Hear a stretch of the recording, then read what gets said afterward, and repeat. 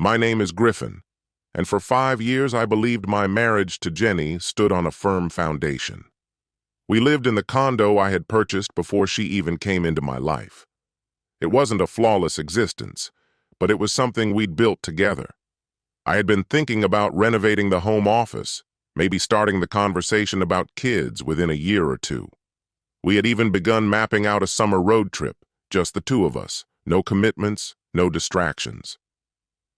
Then came a Tuesday evening that changed everything. We were slouched on the couch, half paying attention to a show neither of us really liked, when her phone lit up. She grabbed it immediately, and something in her face shifted. It was obvious this wasn't a text from a colleague or an old friend. "Everything all right?"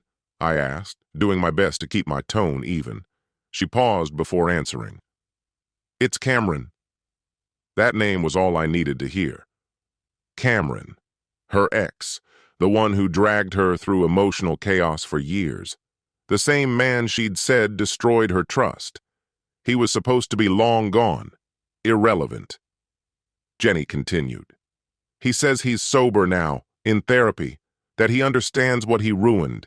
He wants to meet up, just once, for closure." I sat motionless, though my stomach sank. "Closure?" I echoed. "Jenny, you're married now. What kind of closure are you still looking for?" She didn't meet my eyes. Instead, she stared at her phone, fidgeting. "I feel like I never got answers back then. Maybe seeing him will help me finally move on." She waited, clearly expecting me to argue, to plead or protest. I didn't. I looked her in the eye and said, "If that's something you need, then be honest about it. I'm not going to live in a state of uncertainty." Her eyes widened like she hadn't expected that response. "That's it? You're just going to let me go?" "No," I said quietly. "I'm telling you to do what you feel you must. And if that path leads back to him, then at least I'll have clarity." She looked stunned, like I had deviated from a script she thought I'd follow. But I meant every word. If she needed to walk back through that door, then she'd have to step through it entirely. The very next afternoon, Jenny met Cameron for what she called closure coffee. She came home late, didn't look at me, and disappeared into the shower without saying anything. I didn't ask questions. I didn't have to. Her silence said more than a confession ever would. The days after that confirmed everything. Her phone never left her side. She'd smile at the screen, biting her lip, the same way she used to when texting me. She started taking calls on the balcony, her voice lowered but not low enough. "I missed that too," I heard her say once, before she realized I was nearby and stepped further away. Then one night, she grabbed a blanket and disappeared into the guest room. "I just need some space to think," she said flatly, holding her pillow like a barrier. No discussion, no apology, just a statement. I didn't push back. Instead, I began drawing boundaries. We split the grocery list. She had her shelf, I had mine. Utilities were divided evenly. If she wanted to live like a renter while reconnecting with her past, then I'd treat her like one, civilly, quietly, without spectacle. Around that time, her friend Tessa stopped by. Tessa's a photographer. Sharp eye, always picks up on small things. She noticed the tension the moment Jenny brushed me off and lingered after Jenny left the apartment. "You holding up?"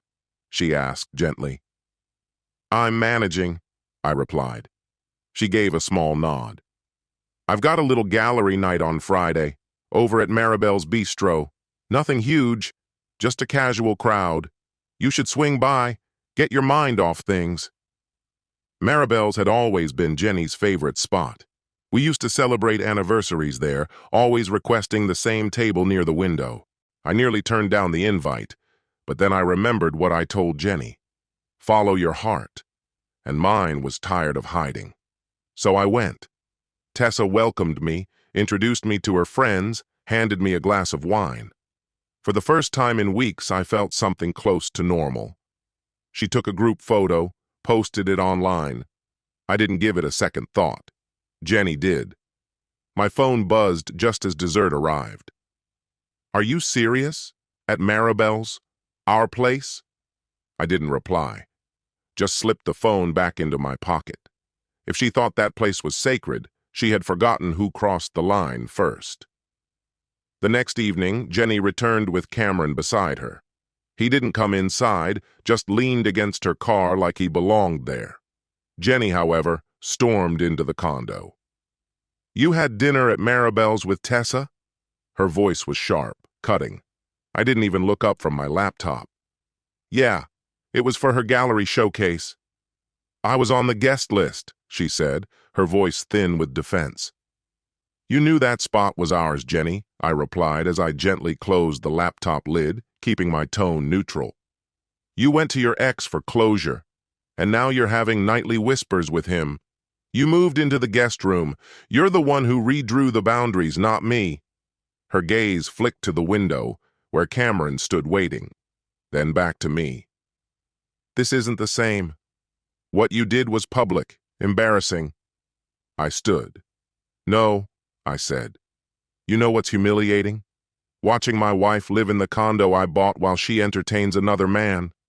I warned you the moment his name reappeared. If you wanted to explore that connection, all you had to do was be honest. And now you have been." She blinked, momentarily thrown off by how composed I remained. "So what? You're kicking me out?" I gave a slow nod. "This is my condo. You've been living here on a month-to-month basis. Consider this your official 30-day notice, effective immediately. After that, you'll need a new place to stay." Jenny crossed her arms tightly across her chest. "You're doing this to punish me for wanting answers about my past." I shook my head. "This isn't about punishment. This is about reality. You can't have two men on a string and pretend it's all justified."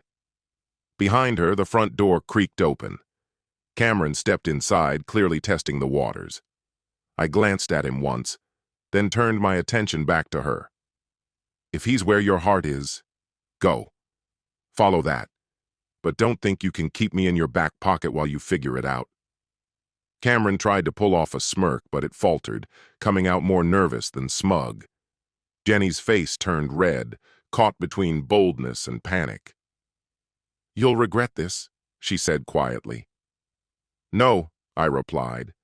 "The only thing I regret is the time I wasted. That ends here." She walked out with Cameron. I sat back down, reopened my laptop, and began drafting the notice. Clear, factual, and emotionless. Paper held up better than promises ever did. In the first week after she got her notice, Jenny shifted tactics. She tried sentimentality. Old photos of us began showing up on her social media with captions like, "3 years of love doesn't just disappear, and some promises are supposed to last forever." I didn't respond. Friends sent me screenshots, curious how I'd react. I didn't. Silence was louder than any reply. When nostalgia failed to pull me back, she changed direction. One afternoon, Mr. Samuel, the property manager, called. "Griffin, I just heard from your wife. Said there's flooding in your bathroom, water damage or something." I was literally standing in that bathroom at the time, cleaning the sink, bone dry. "Check the system logs," I told him. "You'll see I never filed a complaint. She's wasting your time." He let out a low chuckle. "I figured as much. You're too meticulous to miss something like that." That weekend, I noticed a few of my things were missing. My watch, the coffee maker, even the blender. By evening, they were back on the doorstep, scratched and scuffed. I didn't confront her. I quietly installed a discreet security camera instead. Word started spreading too. Jenny was telling people I was controlling, that I monitored her spending and cut her off from friends. But the smear campaign didn't land. Jake, one of our mutual friends, called me. "She's saying a lot, man, but I remember poker nights. You let her tag along all the time. Doesn't exactly scream isolation." "Exactly," I told him. "I'm not going to play defense. People believe what they see for themselves, and they did." Every accusation she floated fell apart because too many people had sat at my kitchen table, laughed in my living room, slept off hangovers on my couch. My name was built on years of consistency. Hers was unraveling in real time. Still, she remained in the condo, glued to her phone, giggling into the guest room walls late at night. She mistook my calm for weakness. It wasn't. It was strategy. Her 30-day clock kept ticking in my mind, and while she fumbled in the dark, I remained steady, stacking proof like bricks. 2 weeks into her countdown, I decided to go straight to the source. I messaged Cameron. "Let's talk. Neutral place. Just us." He agreed. We met the next day in a small cafe across from the boxing gym he trained at. He looked older than I expected, worn, weathered, but he tried to act like he had the upper hand. "I'm not here to fight," I began. "I just want the truth. Did Jenny come to you or did you reach out first?" Cameron leaned back and tapped his fingers on the table. She was the one who reached out first. It had been a couple of months back. She said she missed what we used to have, said her marriage had gone stale. I hadn't intended to restart anything between us, but once she cracked that door open, I didn't hesitate to step through. I let his words settle.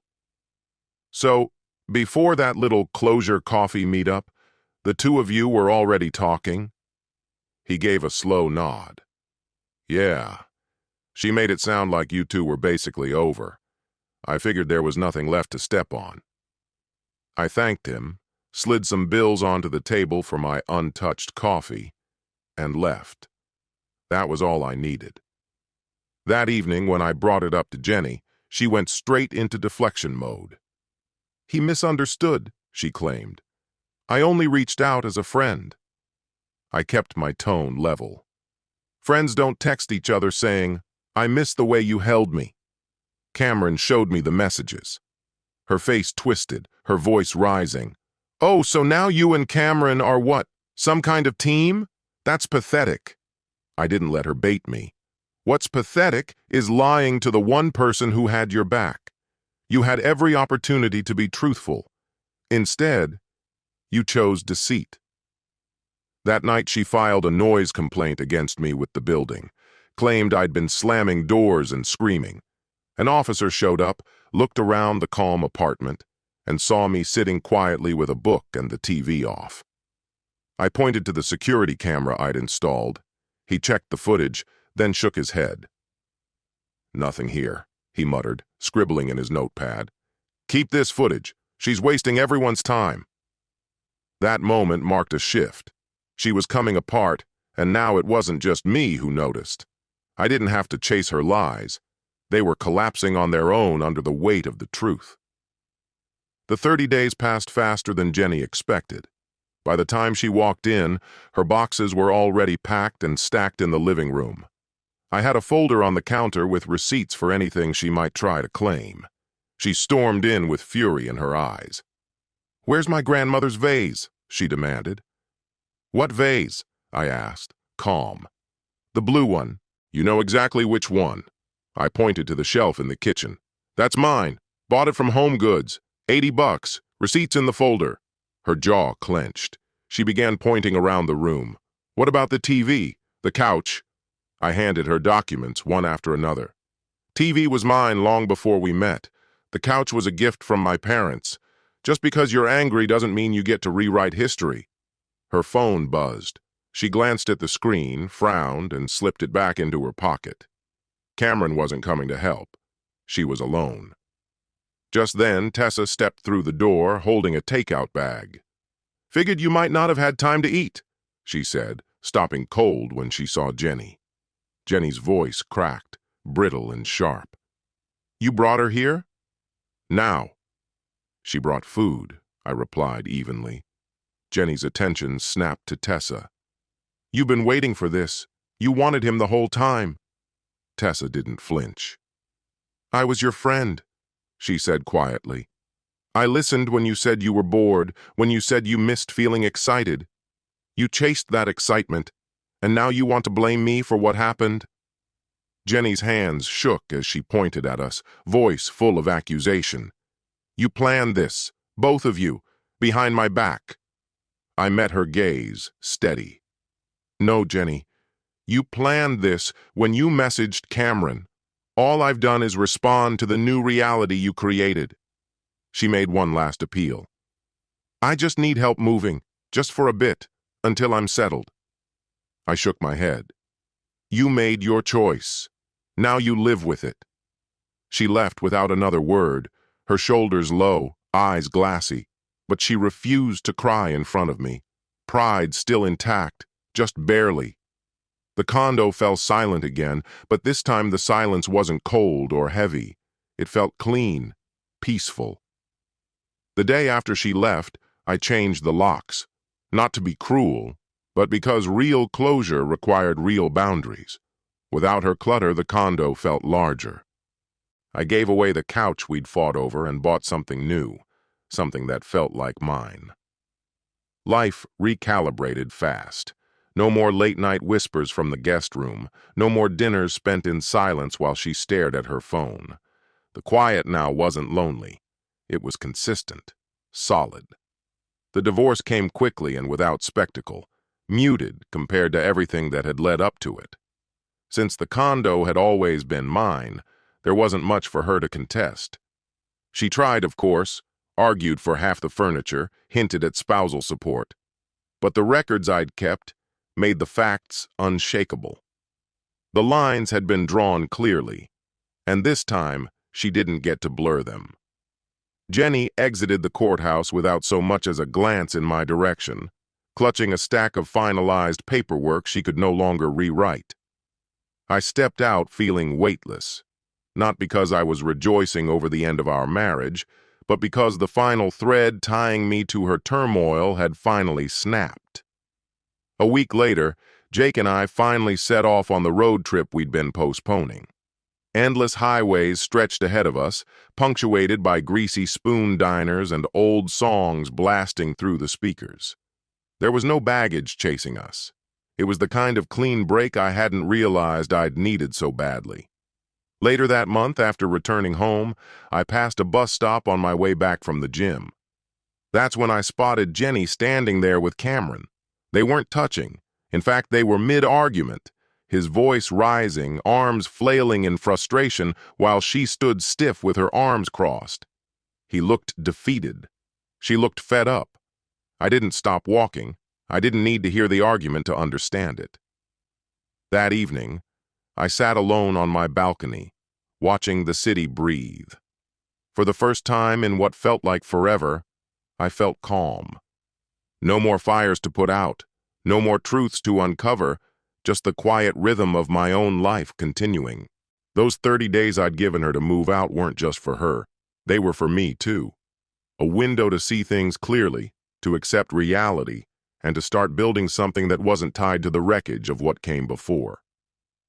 2 weeks after I saw them at the bus stop, Jenny texted, asking if we could talk. I agreed, but only at a cafe close to my office. Neutral ground, no chance of her stepping back into the condo under some pretense. When she arrived, she looked worn down, hair hastily pulled back, no effort to mask the fatigue. "Griffin, I made a mistake," she began, her voice unsteady.